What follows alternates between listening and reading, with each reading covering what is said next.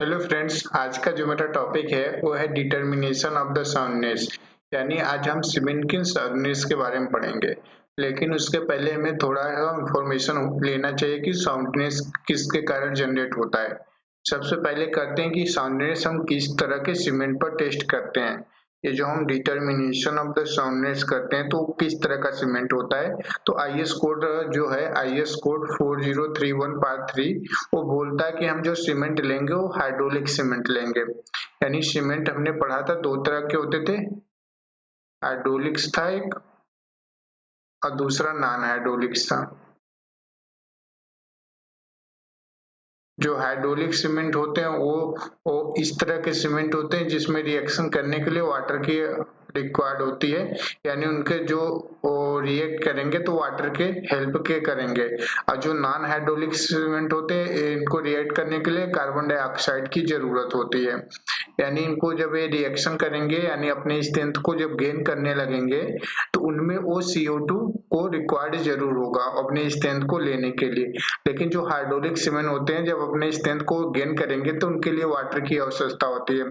जितने भी आपके जो ओपीसी सीमेंट होते हैं, ऑर्डिनरी पोर्टलैंड सीमेंट, या इससे आप जितने भी टाइप के सीमेंट बनाते हैं, क्योंकि आप ओपीसी सीमेंट में ही चेंज करके बनाते हैं। किसी में ओपीसी सीमेंट में जितनी भी बोक कंपाउंड होते हैं, बोक कंपाउंड मतलब जैसे C3A, C3S, C2S, C4AF, तो आप इसी में चेंजमेंट करते हो। किसी की मात्रा ज्यादा कर देते हो, किसी की मात्रा कम कर देते हो। तो इन सब के मात्रा में क्या करते हो, परिवर्तन करते हो। परिवर्तन करने से आपको क्या अलग अलग तरह के सीमेंट प्राप्त होते हैं। तीन तरह के सीमेंट को हम कौन सा हाइड्रोलिक सीमेंट बोलेंगे। और जो हमारी नॉन हाइड्रोलिक सीमेंट होती है जैसे हमारी व्हाइट वॉशिंग, यानी आप जब सफेदी करेंगे व्हाइट वॉशिंग करने के लिए जो आपको सीमेंट यूज होती है व्हाइट वॉशिंग, वो आप कौन सी नॉन हाइड्रोलिक सीमेंट होती है। तो यानी हमने हाइड्रोलिक सीमेंट के बारे में जान लिया। अब आगे देखते हैं। तो जो कंसेप्ट ऑफ द साउंडनेस आया, सबसे पहले हमने साउंडनेस टेस्ट करना है। तो इसका जो कंसेप्ट बना है वो कैसे आया है, कंसेप्ट ऑफ साउंडनेस। यानी साउंडनेस का कंसेप्ट कैसा है इसके बारे में देखिए। आप दो अर्थन पिक्चर लीजिए एक में, उसके बाद अर्थन पिक्चर लेने के बाद आप कोई एक हार्ड मटेरियल लीजिए और अर्थन पिक्चर पर क्या करिए, उसको मारिए। जब आप यहाँ पर अर्थन पिक्चर पे इसको बार बार चोट लगाएंगे तो इसमें एक रिंगिंग साउंड आएगा। रिंगिंग साउंड, रिंगिंग साउंड आएगा। इसका मतलब है कि और दूसरे में यदि आप मारिए तो इसमें से रिंगिंग साउंड नहीं आएगा, इसमें से डल साउंड आएगा। रिंगिंग साउंड आ रहा है इसका मतलब है इसमें ये साउंडनेस है, यानी साउंड दे रहा है, तो ये साउंडनेस है। और जो रिंगिंग साउंड नहीं दे रहा है, डल साउंड दे रहा है, यानी अनसाउंडनेस है। अनसाउंडनेस में आप जानेंगे अनसाउंडनेस की मतलब किसकी वजह से अनसाउंडनेस हो जाता है या डल साउंड हो जाता है। वो होता है डिसकंटिन्यूटी ऑफ साउंड वेव, यानी इसमें डिसकंटिन्यूटी हो जाती है किसकी, साउंड वेव की। जब साउंड वेव की डिसकंटिन्यूटी हो जाती है तो उसके कारण क्या होता है, और डिसकंटिन्यूटी क्यों होता है, क्योंकि इसमें हमारा क्रैक जनरेट हो जाता है। क्रैक जनरेट होने से अनसाउंडनेस हो जाता है। और जबकि जो रिंगिंग साउंड देता है इसमें कोई भी क्रैक जनरेट नहीं होता, तो यहीं से फॉर्मेशन होता है। देखिए जो डल साउंड है यहाँ पर क्या हुआ है, यहाँ पर इतना इन्होंने क्रैक का फॉर्मेशन कर दिया है, यानी क्रैक, इसको क्या बोलेंगे, अनसाउंडनेस बोलेंगे। तो हम सीमेंट में कौन सा टेस्ट करते हैं, अनसाउंडनेस, मतलब इसके वॉल्यूम में चेंज हो गया है। और जो साउंडनेस होता है और उसका मतलब होता है वॉल्यूम में चेंज नहीं हुआ है। तो यानी जो साउंडनेस अनसाउंडनेस मिला, यहाँ से हमें दो निष्कर्ष निकला कि जो हमारा अनसाउंडनेस होगा उसमें वॉल्यूम में चेंज आएगा। यहाँ से हमें दो निष्कर्ष निकला, पहले निकला कि साउंडनेस, साउंडनेस, और दूसरा निष्कर्ष निकला नॉन साउंडनेस, अरे अनसाउंडनेस, अनसाउंडनेस। जो साउंडनेस होता है उसमें क्या होता है, क्रैक जनरेट नहीं होगा, इंपॉर्टेंट चेंज है। आप यहाँ उदाहरण के लिए देखिए, रिंगिंग साउंड है, इसमें क्रैक का कोई फॉर्मेशन नहीं हुआ है। जो अनसाउंडनेस है इसमें आपका क्रैक जनरेट हुआ है, और ये डल साउंड दिया है, डल साउंड दिया है और इसमें क्रैक का फॉर्मेशन हुआ है। तो हमें साउंडनेस अनसाउंडनेस से क्या मिला, soundness no crack generate, unsoundness crack का जनरेट होना। तो हम जो टेस्टिंग करते हैं सीमेंट का, साउंडनेस टेस्टिंग करते हैं, यानी हम देखते हैं कि उसके वॉल्यूम में क्या चेंजमेंट हुआ है कि नहीं हुआ। हम इसका मतलब टेस्टिंग करते हैं वॉल्यूम का चेंजमेंट ना होना, कितने मतलब कितने मान तक हमारी वैल्यू आ जाए कि हमारा ये क्रैक न जनरेट हो। ठीक, तो उसके लिए हमें टेस्ट करना पड़ता है, डिटर्मिनेशन ऑफ द साउंडनेस। तो उसके लिए हमें जो हम साउंडनेस का टेस्टिंग करेंगे, यानी हमने पढ़ लिया साउंडनेस में क्या होगा, वॉल्यूम का चेंजमेंट नहीं होगा, नो चेंजमेंट। तो हम जो साउंडनेस टेस्टिंग करते हैं वो ली चैटियर टेस्ट से करते हैं। ये हम आपका इम्पोर्टेंट पॉइंट है, ली चैटियर्स। अब ये जो ली चैटियर सिर्फ एक ही वैल्यू को ज्ञात कर पाएगा, वो भी फ्री लाइन को ज्ञात करता है, फ्री लाइन, यानी फ्री लाइन को ज्ञात करेगा। या तो दूसरा हम इसका डिफिनीशन देख लिए, बाय ली चैटियर मेथड में, मेथड भी है find the only presence of the unburnt lime, unburnt lime माने अनबुझा हुआ चूना, अनबुझा चूना,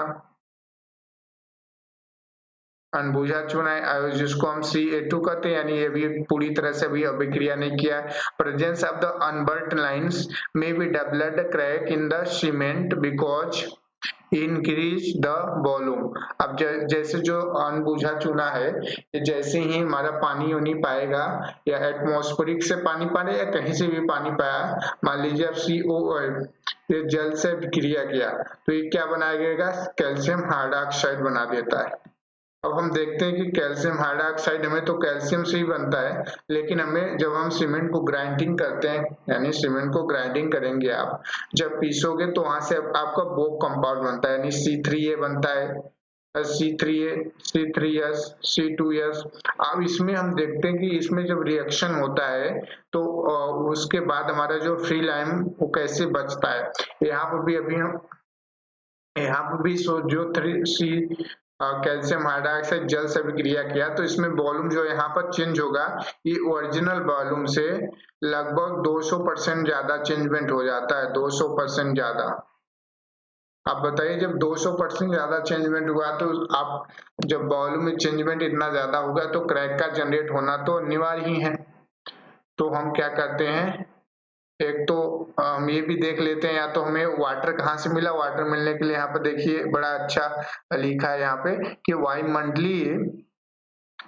वायुमंडलीय गैस और पानी आदि से प्रवेश कर संरचना को प्रभाव और सीमेंट के अन्य अवयवों से रासायनिक क्रिया कर संरचना को नष्ट कर देता है।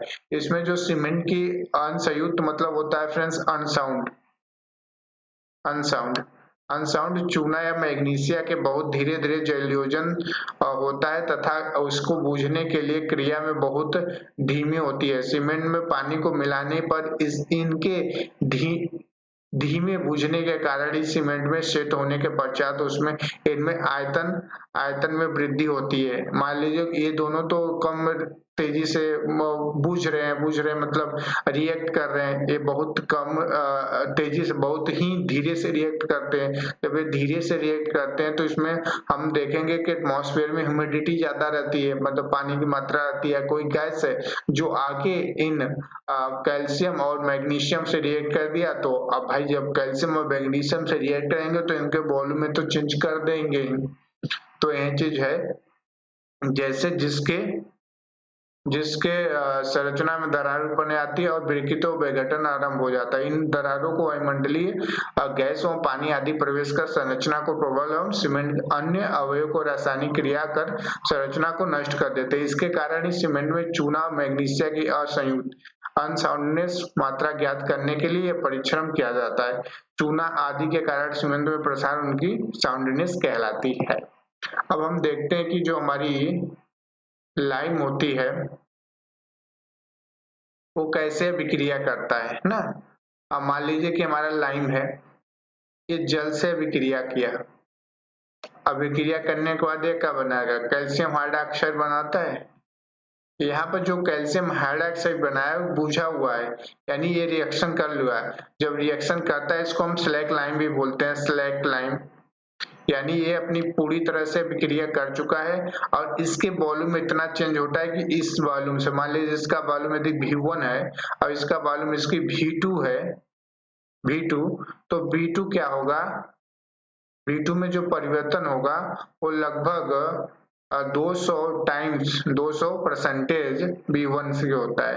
यानी देख लीजिए लगभग V2 का मान 2.0 टाइम 1, यानी लगभग 2 गुना हो जाता है। किसके वजह से, Ca, कैल्शियम हाइड्रोक्साइड यदि बुझा तो हम वॉल्यूम इतना ज्यादा चेंजमेंट आ जाता है कि इसका ओरिजिनल वॉल्यूम से 2 गुना हो जाता है। अब जब वॉल्यूम में चेंजमेंट आएगा तो यानी क्या होगा, वॉल्यूम में चेंजमेंट आने से क्रैक जनरेट होगा। अब जब क्रैक का फॉर्मेशन होगा, मान लीजिए कि उदाहरण लेते हैं हम, ये हमारा वॉल है, इसमें यदि आप क्रैक जनरेट हो गया इतना, तो अब इसमें क्या होता है, जो लोड आ रहा है वो तो लोड आएगा, लेकिन लोड उतना ही आएगा इसमें, लेकिन यहाँ पर क्या हुआ, एरिया कम होने के क्या हुआ, यहाँ पे स्ट्रेसेस जनरेट ज्यादा हो जाएंगे, क्योंकि एरिया लोड ट्रांसफर करने के लिए ऊपर एरिया ज्यादा है, लेकिन लोड यहाँ पर एरिया ट्रांसफर करने के लिए एरिया कम है। जब एरिया कम है तो स्ट्रेस ज्यादा जनरेट होगा, जब स्ट्रेस ज्यादा जनरेट होगा तो एक कॉलम पूरा कोलैप्स कर जाएगा। वही यहाँ पर इसका एग्जाम्पल है, देखिए उसके वजह से क्रैक जनरेट होता है। जब क्रैक का जनरेट होगा तो ये क्रैक क्या करता है कि यहाँ पर एरिया को कम कर देता है, और जब एरिया को कम कर देता है, आप जानते हो स्ट्रेस क्या होता है, फोर्स अपन एरिया।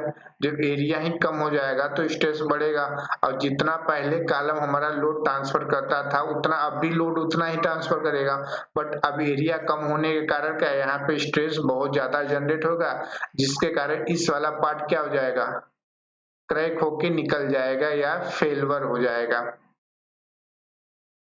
आप उदाहरण के लिए यहाँ पे देखिए इस वाले पार्ट में क्रैक का फॉर्मेशन हो चुका है। अब देखते हैं कि हम यदि पानी में हमारा अभिक्रिया सल्फेट की मात्रा हो तो वहां लाइम कैसे रिएक्ट करता है।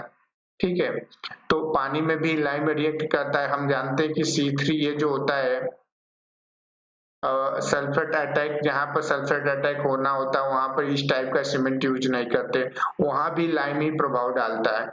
ठीक है, इसलिए हम पढ़ते हैं कि साउंडनेस निकालने के लिए हमें लाइम की मात्रा निकालना पड़ता है, यानी साउंडनेस में हम लाइम की मात्रा ही निकालते हैं कि लाइम की मात्रा एक निश्चित परसेंटेज से ज्यादा ना होना चाहिए। तो हमने पहले देख लिया कि हमारा क्या था, एक सामान्य स्ट्रक्चर था, उसमें लाइम कैसे बिहेव कर रहा था। अब हम देखेंगे जहां पर सल्फर की मात्रा हो वाटर में, यानी सल्फर की अटैक होती है, वहां पर हमारे लाइम कैसे बिहेव करती है।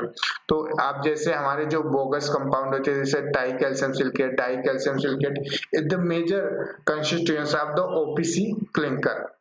तो आप देखिए जो कैल्शियम सिलिकेट है हमारा, अब जब जल से विक्रिया किया तो क्या, कैल्शियम सिलिकेट हाइड्रेट बनाया, और कैल्शियम सिलिकेट हाइड्रेट क्या होता है, calcium silicate hydrate responsible for strength and durability, यानी ये स्ट्रेंथ और ड्यूरेबिलिटी को देता है। और उसके बाद हमारा पर देखिए हमने पढ़ा था फ्री लाइन बन जाएगा। अब जब फ्री लाइन बना तो इसके जो वॉल्यूम में चेंज हुआ है, इस वॉल्यूम से यहाँ पर जो लाइम है कैल्शियम, इससे लगभग यहाँ पर जो वॉल्यूम है ये 200% ज्यादा चेंजमेंट हो जाता है। ठीक है, अब क्या करेंगे, यहाँ पर कैल्शियम हाइड्रोक्साइड बना है, अब दूसरा भी जब ट्राई कैल्शियम सिलिकेट अभिक्रिया सिलिकेट किया तो वहां पर हमारे जो जल की मात्रा है उससे अभिक्रिया करा, कैल्शियम सिलिकेट हाइड्रेट बनाया, और यहाँ पर लेकिन देखिए आपका कैल्शियम हाइड्रेट की मात्रा कम बन रही है compare to tri calcium silicate. यहाँ पर 3 मोल है, यहाँ पे 3 मोल का फॉर्मेशन हो रहा है, जबकि यहाँ पर 1 ही मोल का फॉर्मेशन हो रहा है। यानी हमारा जहां पे भी ट्राई कैल्शियम सिलिकेट की मात्रा होगी वहां पर फ्री लाइम की मात्रा ज्यादा फॉर्मेशन करेगी। ठीक, अब जहां पर ट्राई कैल्शियम सिलिकेट बना, अब ट्राई कैल्शियम सिलिकेट में हमने क्या किया, यहाँ पर बनाए, इसके बनाने में ये तो हमारी फैक्ट्री से बनती है क्लिंकर में, तो इसमें हमने जल मिलाया, जल मिलाने के हमने देखा कि हमारा यहाँ पर क्या फ्री लाइम प्राप्त हो गया, यानी कैल्शियम हाइड्रोक्साइड। अब कैल्शियम हाइड्रोक्साइड का मतलब इस पे अब तो यदि मान लीजिए सॉइल में हो गया तो जल में सल्फेट की मात्रा है, वो सल्फेट की मात्रा कहाँ अटैक करता है, वो सल्फेट की मात्रा यही फ्री लाइन पर ही अटैक करेगा। अब देखते हैं कि यदि सल्फेट की मात्रा फ्री लाइन पर अटैक करेगा तो क्या होगा। मान लीजिए कि हमारा कैल्शियम हाइड्रोक्साइड था, अब इसमें सल्फर आके अटैक किया तो इसको कैल्शियम सल्फेट के फॉर्मेशन में कन्वर्ट कर देगा।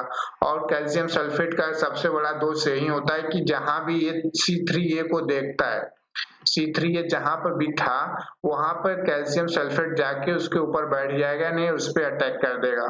अब कैल्शियम सल्फेट जैसे ही C3 पर अटैक करता है और हमारा ट्राई कैल्शियम सल्फो एल्यूमिनेट का फॉर्मेशन कर देता है, और जब ट्राई कैल्शियम सल्फो एल्यूमिनेट का फॉर्मेशन कर देता है तो ट्राई कैल्शियम सल्फेट और ट्राई कैल्शियम सल्फो एल्यूमिनेट का जो वॉल्यूम होता है वो इसके ट्राई कैल्शियम एल्यूमिनेट के वॉल्यूम से लगभग 227 मोर होता है। अब बताइए लगभग 2.27 गुना ज्यादा होता है। अब जब इतना ज्यादा होगा तो इसमें क्रैक तो आएगा ही, वॉल्यूम तो चेंज हो रहा है। अब जब वॉल्यूम चेंज होगा तो यहाँ पर क्रैक का फॉर्मेशन होगा, जब क्रैक ज्यादा फॉर्मेशन हो गया तो हमारा स्ट्रक्चर लेके नीचे चला जाएगा।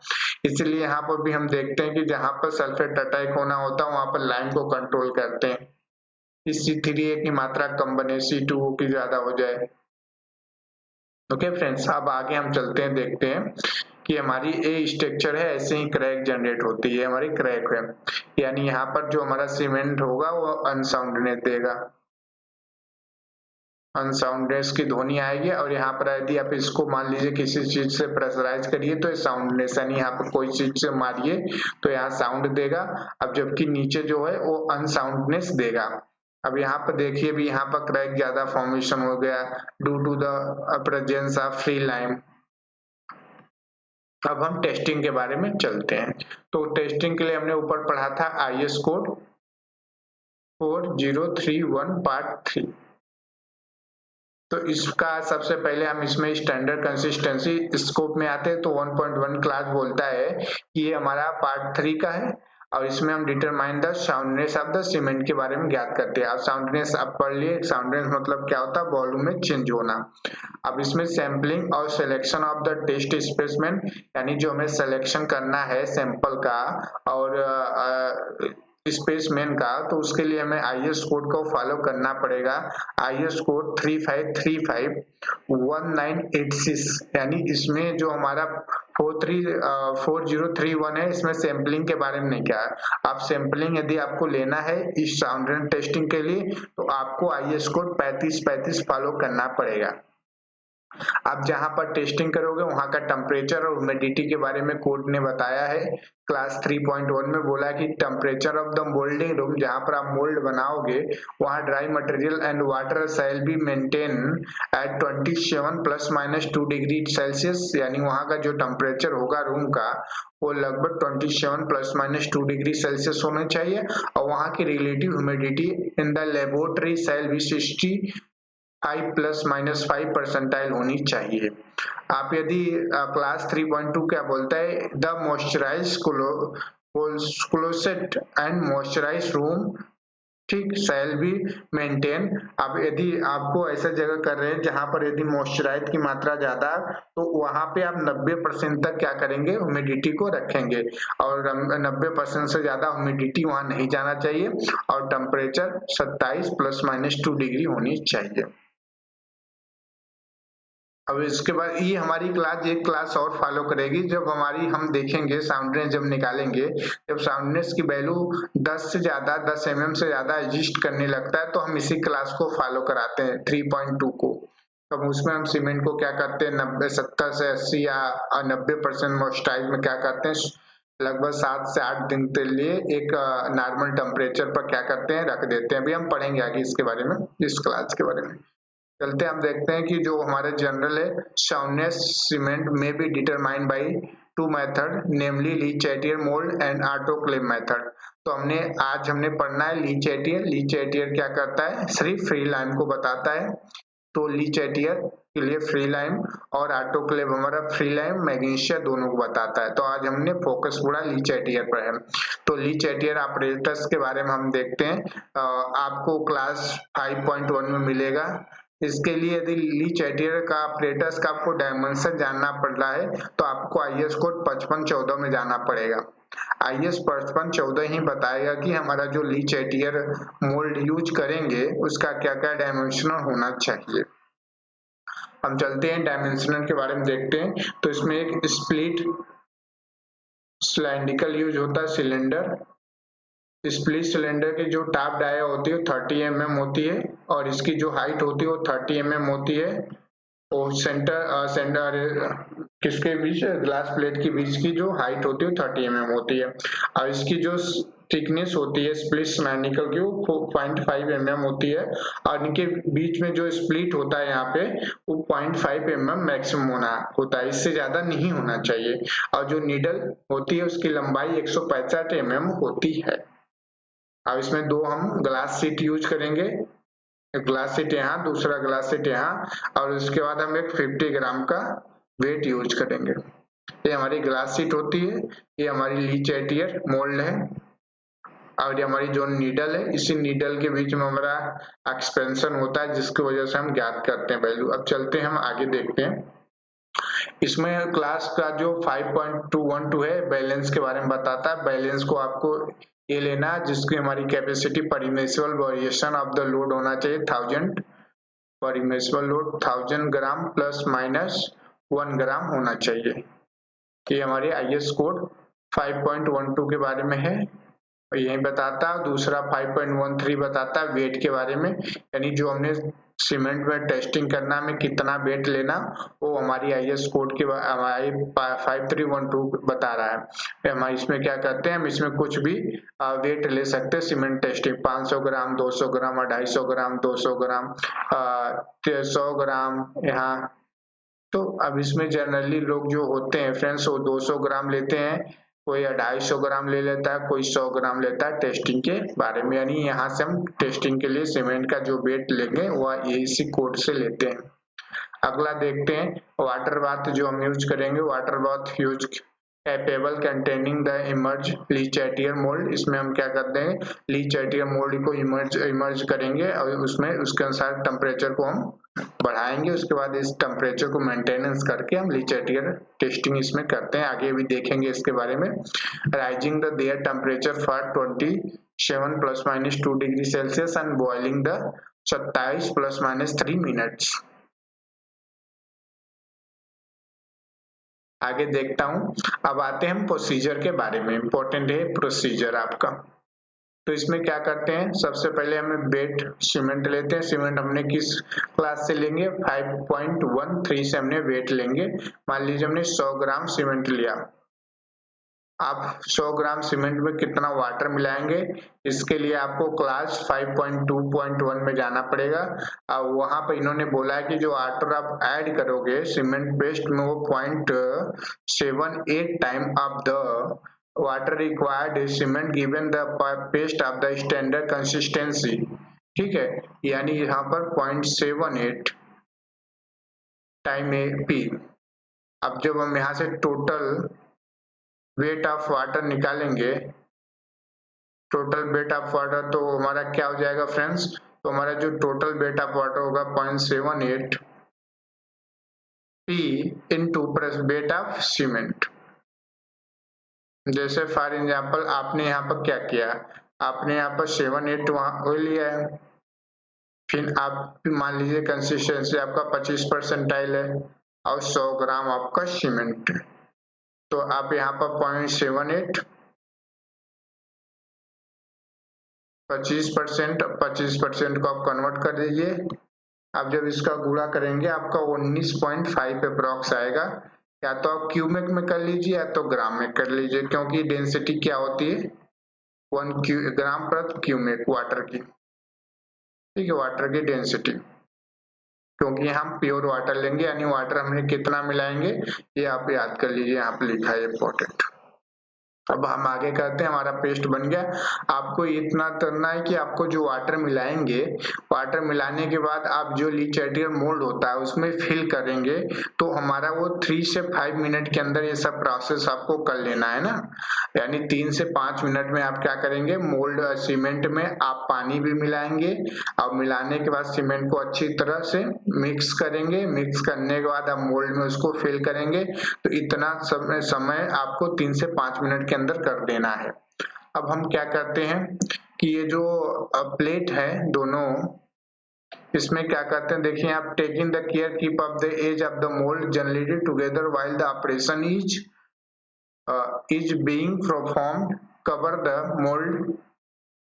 mold with another pieces of lightly oils glass sheet। यानी हमने यहाँ पर जो ग्लास शीट है दोनों, इसमें हमने क्या करेंगे, एक हल्का सा तेल लगा लेंगे, ऑयल्स लगा लेंगे, और उसके बाद या तो ग्रीस, दोनों लगा सकते हो आप। और इसके बाद यहाँ मोल्ड जो आप बना रहे हो ना, इस मोल्ड में भी ऑयल्स हम ग्रीसेस लगाते हैं। और इसके ऊपर एक स्मॉल वेट, हमने बोला था स्मॉल वेट कितना था, 50 ग्राम का था।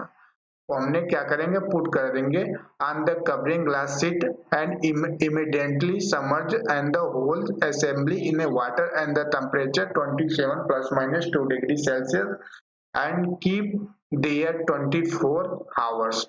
आप इम्पोर्टेंट है कि इसी किताब में ये बोला नहीं है, लेकिन आप एक अच्छा सुविधा के लिए आप यहाँ पर जब सीट रख दीजिए दोनों, ऊपर भी और नीचे भी, तो आप क्या करिए, इस पे वेट रखने के बाद आप इसको एक थ्रेड से बांध दीजिए। असेंबल को पूरे थ्रेड से बांध देंगे तो आपको एक्सपेरिमेंट करने में और आसान हो जाएगा। ठीक है, अब इसमें 24 घंटे के लिए रख दिए हो। अब हम क्या करते हैं, 24 घंटे, यहाँ पर हमारा जो मोल्ड है, यहाँ का टेम्परेचर कितना था इसमें, 27 ± 2 डिग्री सेल्सियस, और यहाँ पर 24 आवर्स के लिए हमने रखा है। अब ये 24 आवर्स के लिए हमने रखा है, तो उसके बाद हम निकालेंगे, तो यहाँ से इस मोल्ड के बीच में अंतर ज्ञात करेंगे। यानी जब हमने निकालेंगे यहाँ से मोल्ड में, तो इसमें हमसे लेंगे L1, इम्पोर्टेंट चीज, यानी हमें क्या हुआ, L1 का मान मिल गया। L1 का मान मिल गया। L1 का मान हम कहाँ से निकालेंगे, यहाँ से निकालेंगे फ्रेंड्स। यहाँ से जो हमारा वेरिएशन आएगा, दिस इज द, यहाँ से आप 24 घंटे बाद सैंपल निकालोगे, जो 24 घंटे बाद सैंपल निकालने के बाद जो दो निडल था, हैंडल था, उसके बीच में मेजर करोगे, यहाँ से हमारा L1 मिल जाएगा। ये हमारी L1 मिल गई। अब हम क्या करते हैं, measure the distance separately indicator point two the nearest. अब ये इंडिकेटर जो मेजर करोगे फ्रेंड्स, ये 0.5 mm तक आपको मेजरमेंट करना है। ठीक है फ्रेंड्स, ये हम आपको 0.5 mm नियरेस्ट मेजर करना है। इसकी एक्यूरेसी हमारी कितनी होनी चाहिए, 0.5 mm तक नियरेस्ट हम मेजर करेंगे। एंड उसके बाद हम L1 मेजर कर लिया। अब क्या करेंगे, एक हम वाटर हीटिंग बाथ लेंगे, जैसे हमने वाटर बाथ पढ़ा था, उसमें सबसे पहले हम क्या करते हैं, इसको जो L1 मेजर किए हैं उसको पुट ऑन कर देते हैं। पुट ऑन करते हैं, यहाँ पर बोला है द टेम्परेचर प्रिस्क्राइब। अब क्या करते हैं, हम 25 से 30 मिनट तक हीट करते हैं। यानी हमें 25 से 30 मिनट के अंदर वो जो वाटर है वो हमारी कम बॉयल होना स्टार्ट हो जाए। इम्पोर्टेंट पॉइंट है कि हमारा 25 से 30 मिनट के अंदर, 25 से 30 मिनट के अंदर ये हमारा वाटर बॉयल होना चाहिए। ये नहीं है कि आपका वाटर लगभग 1 घंटा से बॉयल होना स्टार्ट। बॉयल टेम्परेचर कब होता है, मतलब बॉयल वाटर कब होगा, जब आप देखते हो कि कोई भी वाटर आपका बॉयल होता है, लगभग वो 100 डिग्री सेल्सियस के ऊपर पहुंच जाता है, तभी वाटर हमारा बॉयल होना स्टार्ट होता है, मतलब उबलना स्टार्ट होता है। तो हमारी लगभग इसकी जो टेम्परेचर होती है लगभग बॉयल होने पर वो 100 से पार ही होता है। यानी हमें 100 तक का टेम्परेचर, हमें 20 से 25 से 30 मिनट के अंदर हमें 100 का टेम्परेचर पहुंचा देना है। जब हमने 100 का टेम्परेचर पहुंचा दिया, अब यही टेम्परेचर हमें मेंटेन करना है कितने घंटे के लिए, 3 आवर्स के लिए। यानी हमें 100 का डिग्री का सेल्सियस या बॉइलिंग टेम्परेचर, इसमें कोड ने बोला कि बॉइलिंग टेम्परेचर हमें मेंटेन करना है और हमारी बॉइलिंग टेम्परेचर लगभग 100 डिग्री सेल्सियस के ऊपर ही होता है। तो हमने बॉइलिंग टेम्परेचर हमें 3 घंटों के लिए मेंटेन करना होता है। जब हमने बॉइलिंग टेम्परेचर 3 घंटों में मेंटेन करेंगे, उसके बाद हम क्या करेंगे, टेम्परेचर ये यहाँ पर जो टेम्परेचर दे रहेगा उसको बंद कर देंगे। अब वहां से हमारा ठंडा होने देंगे, उसके बाद हम मोल्ड को रिमूव कर लेंगे वाटर से। Allow the cool and measurement the distance between the indicator of the point.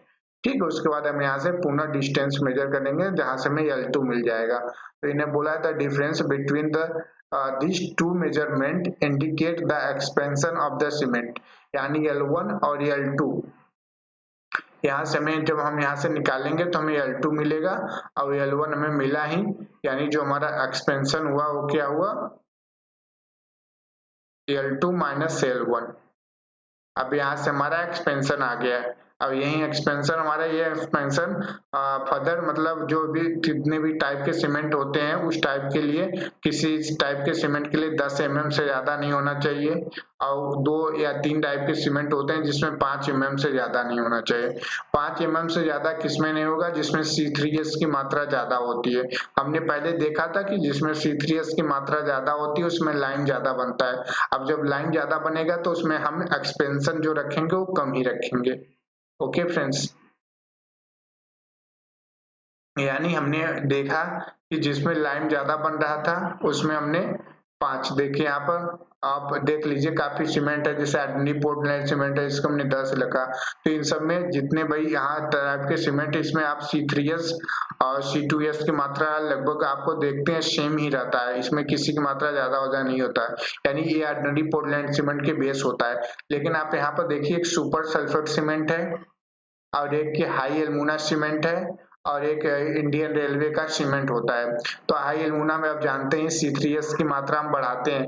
अब जब C3S की मात्रा बढ़ा देंगे तो हमने वहां देखा था कि हमारी फ्री लाइन में 3 मोल की लाइन आ जाती है, यानी हमने C3S की मात्रा बढ़ाए थे। तो हमने फ्रेंड्स यहाँ पर देखा था, यहाँ पर देखिए आप C3S की मात्रा बढ़ा दे रहे हो, यहाँ पर देखिए आप C3S की मात्रा बढ़ा रहे हो। अब देखिए जब इसकी मात्रा बढ़ा दोगे, यहाँ पर इसकी मात्रा बढ़ा रहे हो, ये C3S है, तो यहाँ पर आप देख रहे हो कि यहाँ पर इसकी वजह से 3 मोल मिल रहा है। अब यहाँ पर जब 3 मोल मिल रहा है तो इसकी मात्रा भी बहुत ज्यादा बढ़ जाएगी, इसलिए हम जो एक्सपेंशन रखेंगे वो 5 mm से ज्यादा नहीं रखते इस तरह के सीमेंट के लिए।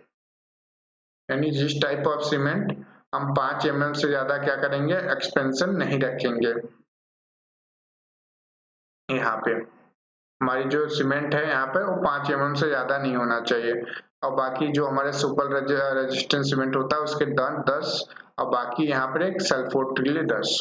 अब मान लीजिए कि आपका कोई भी डेटा आप एक्सपेरिमेंट कर रहे हो, एक्सपेरिमेंट करते समय आप देखो कि आपकी वैल्यू 10 से ज्यादा आ गई, यानी L2 L1 का डिफरेंस ग्रेटर देन 10 आ गया, यानी हमारा यहाँ पर क्या होना चाहिए, 10 से कम होना चाहिए फ्रेंड्स। यहाँ पर 10 से कम होना चाहिए सब वैल्यू mm से, लेकिन अब कुछ सीमेंट के लिए 5 से कम होना चाहिए। लेकिन आप किसी वजह से हमारे सीमेंट क्या होगा, 10 से ज्यादा आ गया, 10 mm से ज्यादा आ गया।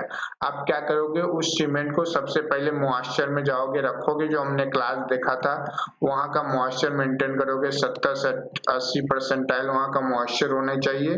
और इसकी जो थिकनेस होनी चाहिए, यानी जो सीमेंट आप बिछाओगे उसकी जो थिकनेस होना चाहिए वो 75 mm होना चाहिए।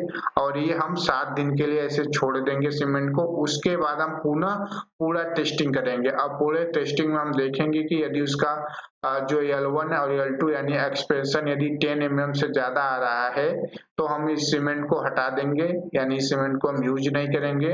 यदि 10 mm से कम आ रहा है तो हम इस सीमेंट को यूजुअल बनाएंगे, यानी यूज में ले सकते हैं। तो